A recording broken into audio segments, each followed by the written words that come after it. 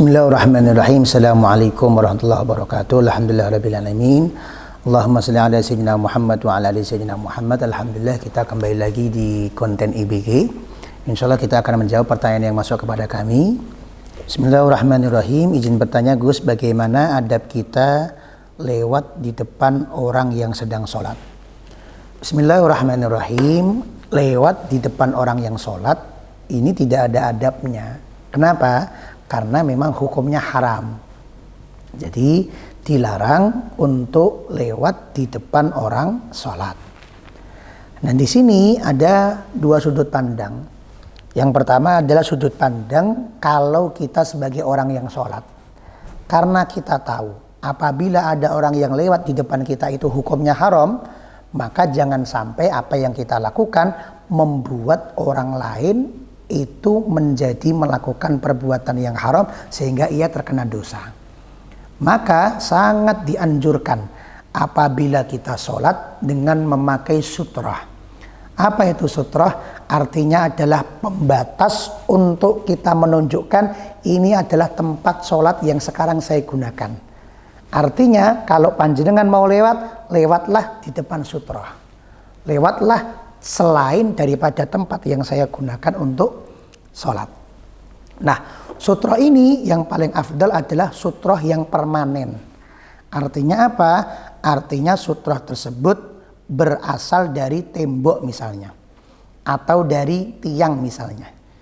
Maka sangat dianjurkan oleh para ulama apabila kita masuk di sebuah masjid lalu kemudian kita sholat, maka sholatlah yang langsung di depan panjenengan itu tembok.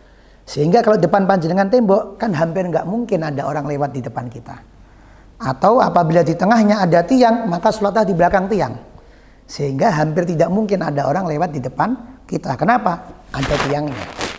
Ada tiangnya. Jadi jangan apabila masjidnya luas kita sholat di tengah-tengah tanpa ada tembok di depan kita atau tanpa ada tiang di depan kita.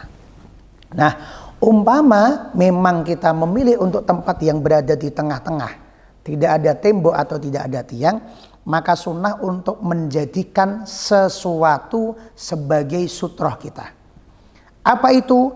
Apapun benda, asalkan benda yang memungkinkan.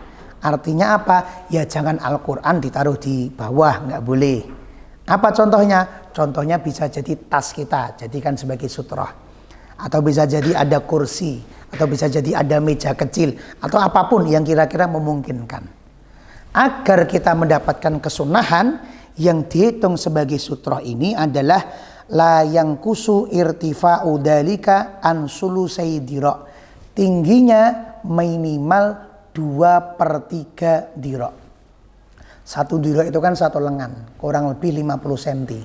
Sepertiganya kurang lebih 15 cm, berarti 2/3-nya kurang lebih 30 sampai 40 cm. Jadi agar itu dihitung sebagai sutroh, maka ketinggian dari lantai harus minimal 30 cm. Lebih tinggi, lebih afdal. Sutroh. Yang berikutnya, wala yab'udu anhu aksara min salasati adra. Dan jaraknya itu adalah jarak yang sekiranya tempat sujud kita tercover. Orang itu kira-kira berdiri lalu kemudian sujud, kira-kira butuh sajadah panjangnya berapa?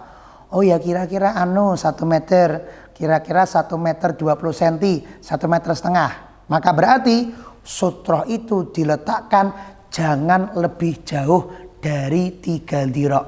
1 dirok 50 cm, berarti 3 dirok 150 cm, 1,5 meter. Maka ketika kita sholat, di depan kita tidak ada dinding, di depan kita tidak ada tiang, maka letakkan sesuatu yang tingginya itu minimal 30 cm, kemudian jauhnya dari tempat kita berdiri maksimal 1,5 meter. Kenapa? Karena itu adalah jarak kita untuk sujud. Ini yang pertama, apabila kita berposisi sebagai orang yang sholat.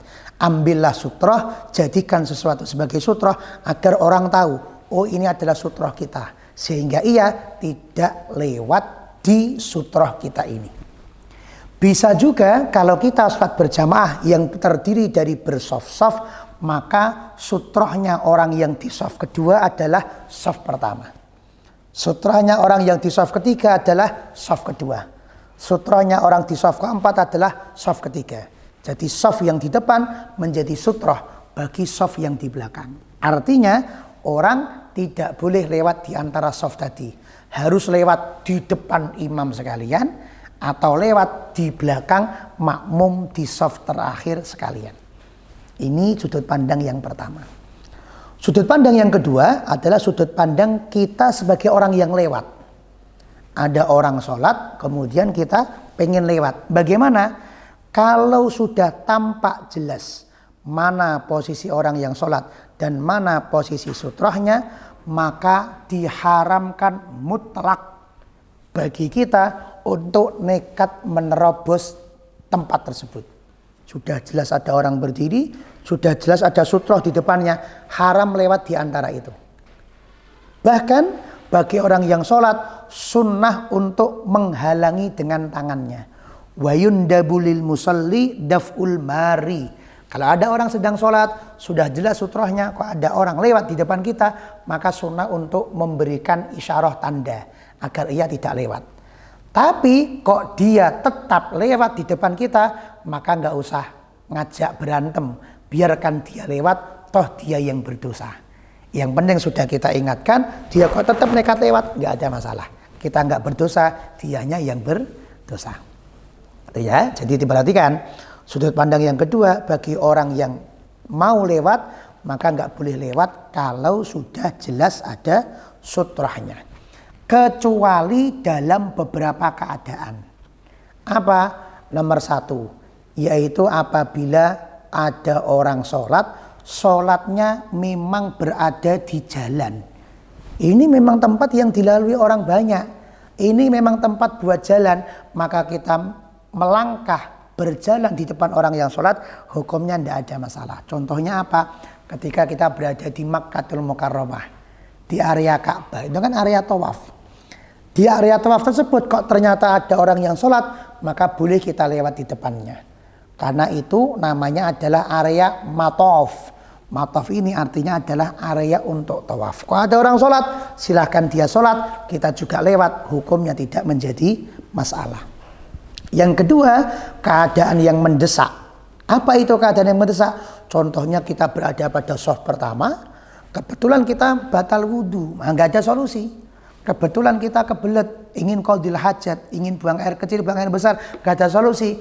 Maka melewati beberapa shaf yang berada di belakang kita, hukumnya tidak menjadi berdosa karena ada keadaan yang mendesak. Selain itu, hukumnya tetap diharamkan untuk lewat di depan orang sholat yang sudah jelas orang sholat dan sudah jelas ada sutrohnya. Bolehnya bagaimana? Lewat di depan sutroh sekalian atau lewat di belakang orang yang sholat sekalian. Semoga bisa menjadi keterangan yang utuh. Assalamualaikum warahmatullahi wabarakatuh.